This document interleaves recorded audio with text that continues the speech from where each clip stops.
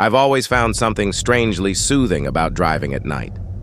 The roads are usually empty, the headlights carving a path through the darkness, and the radio crackling softly in the background.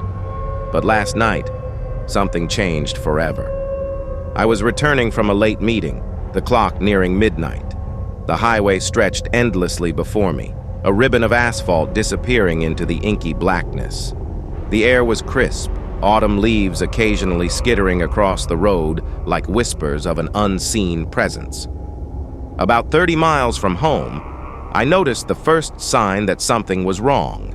A flicker in my peripheral vision, a shadow darting across the road. I dismissed it as a trick of the light, fatigue playing on my senses after a long day.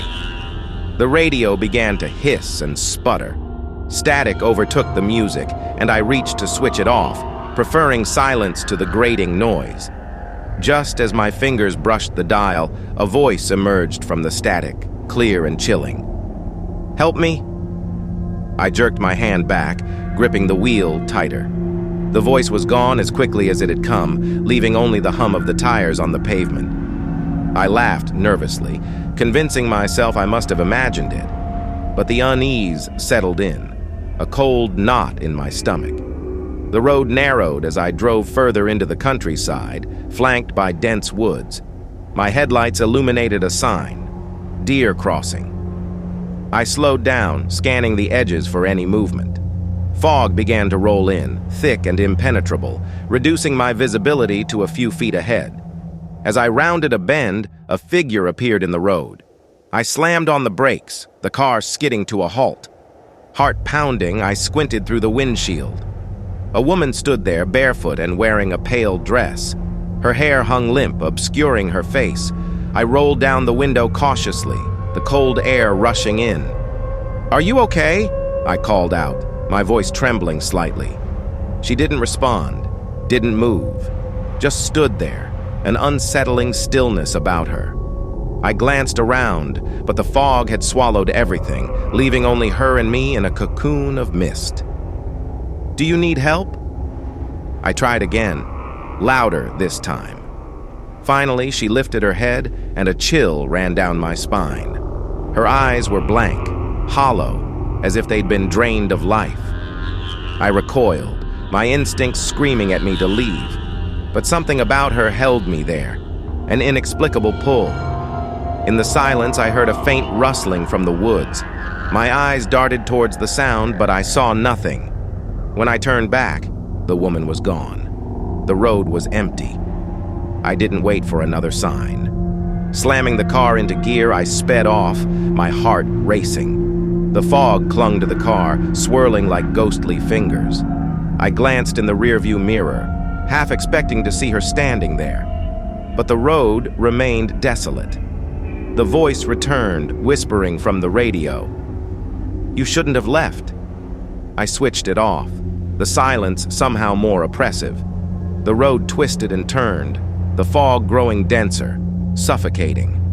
I tried to shake off the feeling of dread, focusing on getting home. A few miles later, I saw lights in the distance. Relief flooded through me at the thought of reaching a town or a gas station. But as I drew closer, I realized it was neither. The lights belonged to a small, abandoned house by the roadside, windows dark and lifeless. Against my better judgment, I slowed down to take a closer look. The mailbox read, "Harper." I peered through the gloom, the house exuding a sense of forgotten despair. Just as I was about to drive on, movement caught my eye. The woman was standing at the edge of the trees, watching me.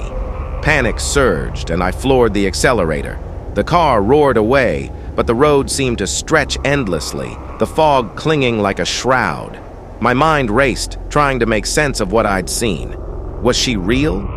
Was I losing it? The car began to sputter, the engine choking and stalling. I cursed, coasting to a stop on the shoulder. The headlights flickered and died, plunging me into darkness. I fumbled for my phone, fingers shaking as I tried to call for help. No signal, of course. I was alone, stranded with only the fog and my fear for company. A soft knock on the window made me jump. There she was, closer now, her face inches from the glass. Her lips moved silently, forming words I couldn't hear. My heart pounded wildly, terror clawing at my throat. I locked the doors, as if that thin barrier could protect me. She didn't react, just stared with those empty eyes. The longer I looked, the more I felt myself slipping, the world narrowing to just her and me. I closed my eyes, willing the nightmare to end. When I opened them again, she was gone. The fog began to lift, revealing the road ahead. The car started without protest, the headlights piercing the remnants of mist. I drove, not daring to look back, desperate to leave whatever haunted that road behind. Finally, I reached the outskirts of the city, the familiar glow of streetlights welcoming me back to reality. I pulled into my driveway, exhaustion washing over me. But as I turned off the engine, I heard it again, the radio crackling to life, a whisper threading through the static. "You'll come back." I sat there, frozen, knowing deep down that she was right.